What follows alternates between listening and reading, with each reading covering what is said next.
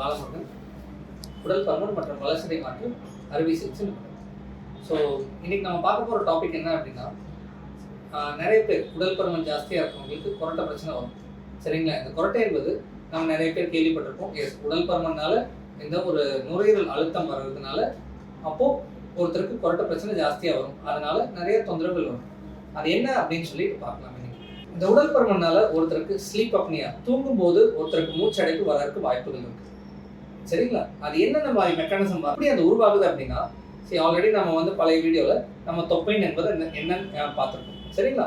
வயிற்றுக்குள்ள இருக்கிற கொழுப்புக்கு தான் நம்ம தொப்பைன்னு நம்ம சொல்றது இன்ட்ராப்டாமினல் ஃபேட் ஆர் விசரல் ஃபேட். அந்த விசரல் ஃபேட்டும் வெயிட் ஜாஸ்தியாக போட போட அந்த நம்பர் ஆஃப் சைஸையும் செல்ஸ்லையும் பெருசடைய போகுது.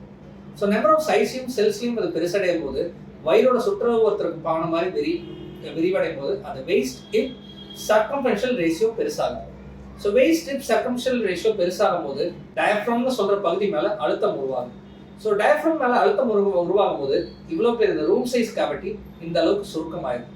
ஸோ இந்த அளவுக்கு சுருக்கமாகும் போது ஒருத்தர் ஃபிளாட்டா படுக்கிறாங்க அப்படின்னு சொல்லும்போது என் பிரெயின் என்ன சொல்லுவோம், லங்ஸ் ஃபுல்லா அழுத்தம் இருக்குது, இவ்வளோ பேர் ரூம் சைஸ் இந்த அளவுக்கு சுருக்கமாயிருது, ஒரு 70 to 80% ஆஃப் த நுரையீரல் எனக்கு ஃபங்க்ஷனே ஆக மாட்டேங்குது அப்படின்னு சொல்லிட்டு அழுத்தம் வருவாங்க. அப்போ பிரெயின் சொல்லும் நிறைய ஆக்சிஜன் தேவைப்படுது. ஸோ காற்று நிறைய உள்ளுக்குள்ள போச்சு அப்படின்னா மைட் பி லங்ஸ் விரிவடையலாம் அப்படின்னு சொல்லிட்டு நம்மளோட பாடி மெக்கானிசம் நம்மளையே அறியாம வாயை திறந்து மூச்சோட ஆரம்பிப்போம்.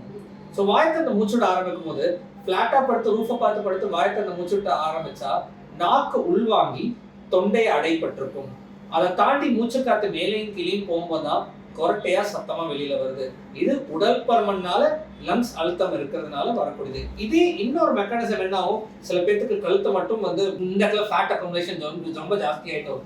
அப்போ இந்த இடத்துல மூச்சு குழாயும் சுருக்கமாகும் போது அதனாலையும் இந்த ஏர்வே அப்ஸ்ட்ரக்ஷன் ஆக ஆரம்பிக்குது.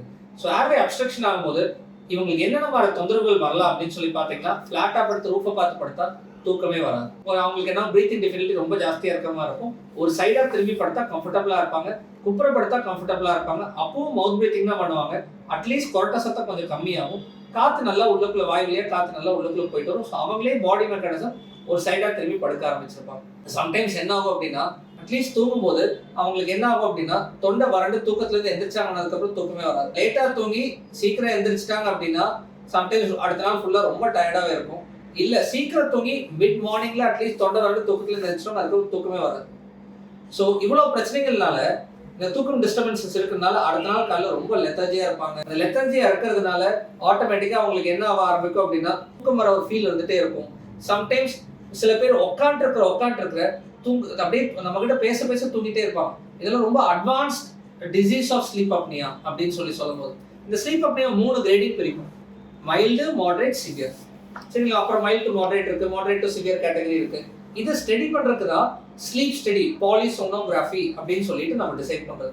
ஸோ இதுல ஒபிசிட்டினால இருக்குதா, இல்ல அப்பர் ஏர்வே அப்ஸ்ட்ரக்ஷன், சம்டைம்ஸ் மூக்குல சில பேருக்கு சதவளர்ச்சி இருக்கும், இல்ல சம்டைம்ஸ் தொண்டையில சில பேருக்கு சதவளர்ச்சி இருக்கும். இதனாலையும் என்ன ஸ்லீப் அப்னியா வர்றதுக்கு வாய்ப்புகள் இருக்கு.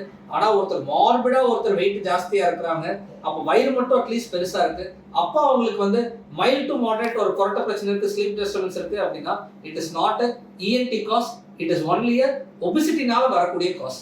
ஸோ அப்போ அவங்களுக்கு வெயிட் லாஸ் பண்ணா மட்டும்தான் இந்த ஸ்லீப் அப்னியா குறையும்.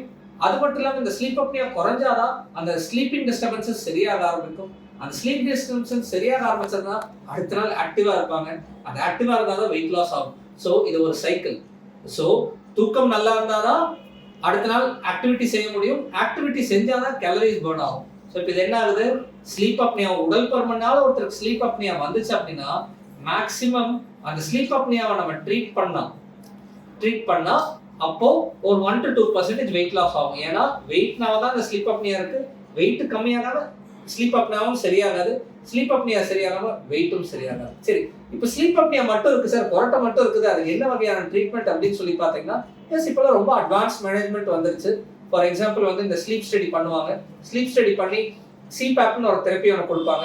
சிபேப் அப்போ பைபேப் அப்படின்னு என்னன்னு சொல்லி பார்க்கும்போது லங்ஸை விரிவாக்குறதுக்கு வெளியிலேருந்து ஒரு எக்ஸ்டர்னல் ப்ரெஷர் மாஸ்க் வழியா வச்சு ஒருத்தருக்கு வெளியில இருந்து ஒரு கம்ப்ரெஷன், ஒரு சின்ன ஒரு small amount of air compression உள்ள போய் லங்ஸை விரிவு பண்ணணும். லங்ஸ் விரிவு பண்ணும்போது அட்லீஸ்ட் அந்த கொரட்டை பிரச்சனை இருக்காது, தூக்கம் டிஸ்டர்பன்சஸ் இருக்காது, தூக்கம் டிஸ்டர்பன்சஸ் இல்லாதனால நெக்ஸ்ட் டே கொஞ்சம் ஆக்டிவாக இருப்பாங்க. நெக்ஸ்ட் டே ஆக்டிவாக இருந்தாங்கன்னா கேலரிஸ் பர்ன் பண்ண முடியும். ஸோ கொஞ்சம் ஒரு பர்சன்டேஜ் வெயிட் லாஸ் ஆகும். ஸோ வெயிட் லாஸ் ஆக ஆக நமக்கு பெட்டராக இந்த ஸ்லீப் டிஸ்டர்பன்சஸ் கொஞ்சம் க்யூர் ஆகலாம். பட் ஆனால் மார்பிட்லி ஒபீஸ் பேஷண்ட்டுக்கு yes bariatric surgery is the only option. அந்த பெரியாட்ரிக் சர்ஜரி பண்ணும்போது வெயிட்டும் கம்மியாகும். இந்த சிபாப்ல இருக்கிறவங்க ஆல்ரெடி மாஸ்க் வச்சுட்டு தூங்குறவங்களுக்கு அந்த மாஸ்கே இல்லாமையும் நம்மளால செய்ய முடியுது. இன்னைக்கு எப்பவுமே நல்லா ஞாபகம் வச்சுக்கோங்க, ஒருத்தருக்கு உடல் பருமனால ஒருத்தருக்கு கொரட்டை பிரச்சனை இருக்குன்னா அது ரொம்ப ஆபத்தான பிரச்சனை. அப்போ அதுக்கு கண்டிப்பா ஒரு பல்மனாலஜிஸ்டையும் அணுகணும், பிளஸ் ஒரு பெரியாட்ரிக் சர்ஜரியும் அணுகி அதுக்கு ஒரு தீர்வு கிடைக்கிறது பாருங்க. நன்றி, வணக்கம்.